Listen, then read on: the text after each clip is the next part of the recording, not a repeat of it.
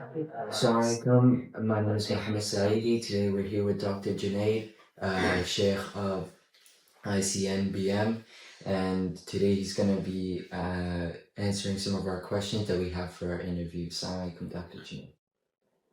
وعليكم السلام ورحمة الله وبركاته. Alhamdulillah wa salatu wassalam ala Rasulillah.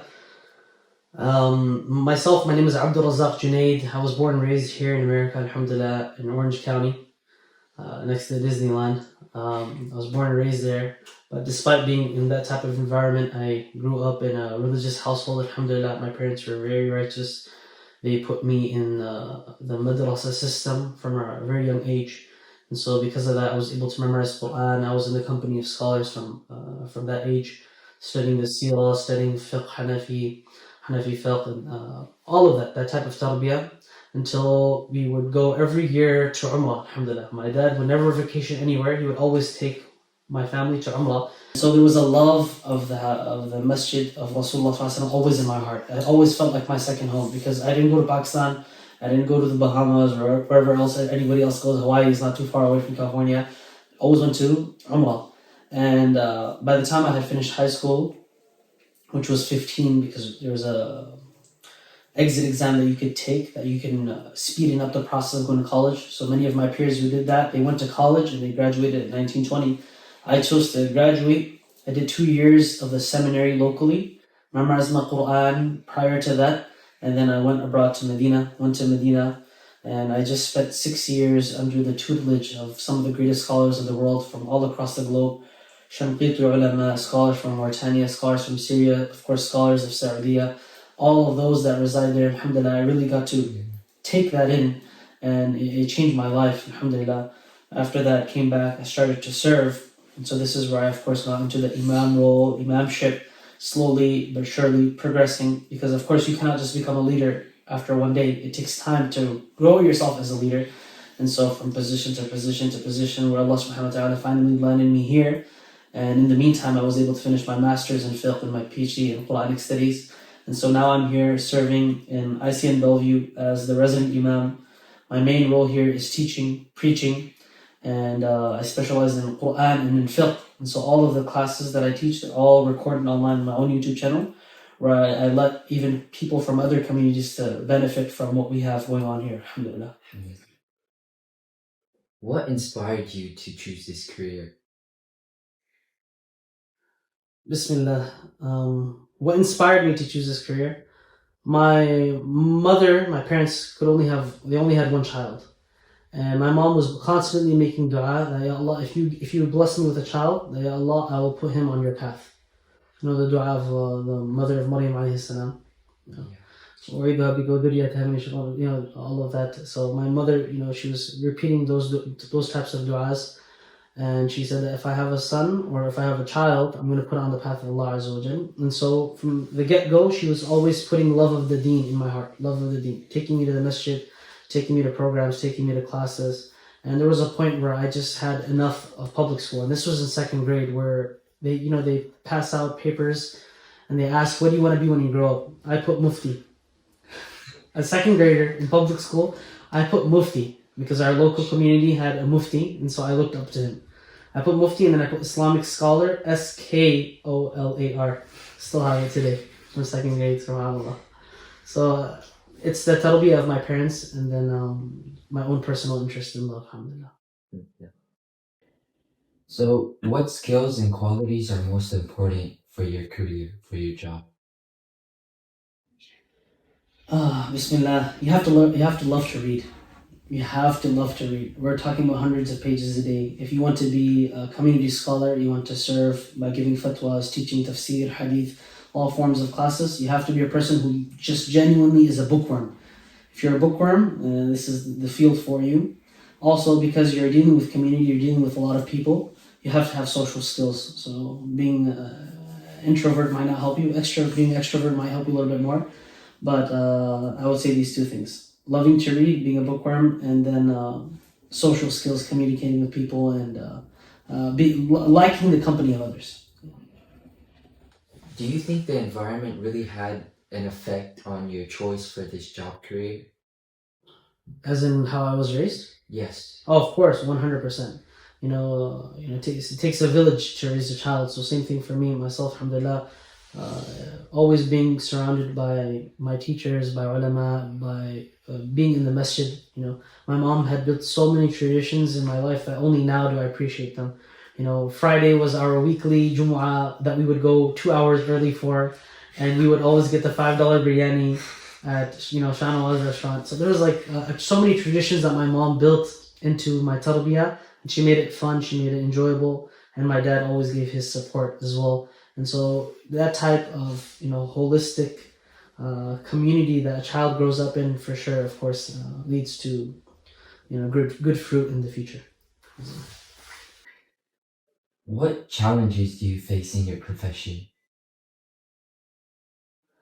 What challenges do I face in my profession? When you're a community leader, or when you're dealing with community in general, you will have all forms of comments, majority positive, but you always have people that are naysayers, people that are haters, people that are against whatever you are coming to teach or whatever you're coming to do. This goes with any position of leadership in the world. So I would say the ability to have patience. There has to be a lot of patience. The ability to overlook the faults of others. Taghaful. It's called taghaful. If you're able to do that, then you can go far in the field of being an imam and being a sheikh and community leader. But if you don't have thick skin and everything you take offense to, people don't last. You have to have sabr. You have to have a lot of patience. And that is usually by doing a lot of personal ibadah and asking Allah subhanahu wa ta'ala for aid and support, because it's only through Him that people can last in such a field. Imam al-Ghazali has a statement, something like, we sought ilm for other than Allah, but knowledge refused to be for anyone other than Allah Azza wa Jalla, meaning that the path of knowledge, the path itself, is a means of purification. So it's one that teaches you patience, it's one that teaches you that you have to do this solely for Allah, because if you don't, you're not going to last. What does a typical work day look for you? Well, it changes day to day. Typically, it's leading the salawat. It's preparing notes for classes that I'm teaching classes. Sometimes I might include a nikah, sometimes I might include a janazah, sometimes I might include counseling calls, sometimes I might include fatawa. So an imam wears many hats. Depending on the day, it's a different hat, So it's an array of things depending on the needs of the community for that time of Ramadan. My hat is this one, the one I used to lead salawat, because that's what you're catering to that, especially the minbar at that time and the mihrab, because the entire community is behind you. They're hoping that your voice is going to be set, it's going to be perfect. You lead them, you teach them, you preach to them. And so depending on the time of month, depending on the needs of the community, it changes. So it's an array of things. Yeah. How do you manage work life and work related, and how do you balance your life while being an imam? Bismillah, truthfully, I don't have balance. My life is seriously solely dedicated for the deen of Allah Azza wa Jalla. I tell myself, always remind myself that, Allah, I've made myself in i'tikaf on service of your religion, and I'm only able to do so because of the support of the family and the environment around me. If it were not for the patience of my wife, your teacher, I would not be able to do what I do, because there's a lot of requirements that are sometimes needed from family. Sometimes they want support, sometimes they just want to go out and have a fun time on a Sunday or a Saturday. But because of the sacrifice of my family, I'm able to do what I do.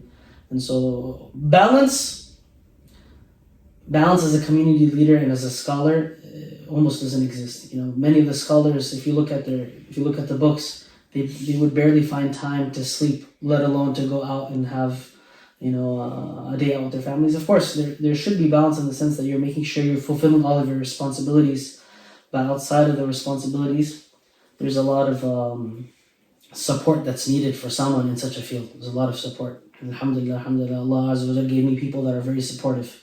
So anyone who wants to get into this path, you're asking this for people that are interested in careers, right? Yes. If for the young guys, look for a wife that can support you. Because if you cannot find that, then forget it. Yeah. Could you share a memorable experience from your career so far? I don't know if this is memorable, but it's very funny. I was leading Salat al-Isha, and I led in Maqam Ajam. It's like the sweet, happy tone. And one of the uncles immediately came after us and said, Berta, you're making me feel like I'm flying in the heaven. I've never forgotten that line. He said, you're making me feel like I'm flying in the heaven with the W. So I don't know if this is memorable in that sense, but it's a line that I'll never forget. You know, it's those type of comments that, you know, subhanAllah, you never forget them. You know, bless that brother. What type of advice would you give to a student that would be interested in this career?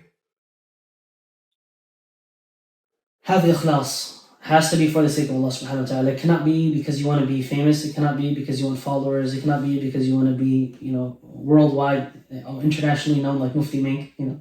Allah bless Mufti Mink. But it has to be for the sake of Allah subhanahu wa ta'ala. It has to be only for Him Azza wa Jal.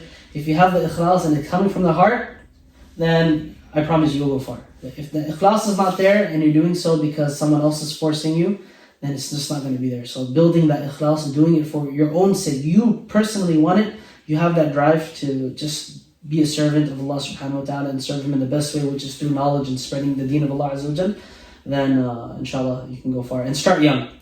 Don't wait till, I'm going to wait till I finish my graduate studies, or I'm going to wait till I finish my, you know, my degree and then do this. No, start young. You have to memorize the Quran, you have to learn Arabic. The sooner you start, the higher you can go. Thank you so much for your time. A lot of the stuff that you mentioned today, I read it actually in the Book of Manners with Mishka University when we're studying there with NIA. A lot of the stuff we read in the Book of Manners, and it's actually like connecting right now, like connect the dots like that. MashaAllah. It's really connecting right now. So thank you so much for your time. Barakallahu Inshallah, this will come in handy a lot of the times. Inshallah. جزاك الله خيرا. سبحان الله وبحمدك نشهد ان لا اله الا انت نستغفرك ونتوب اليك. السلام عليكم.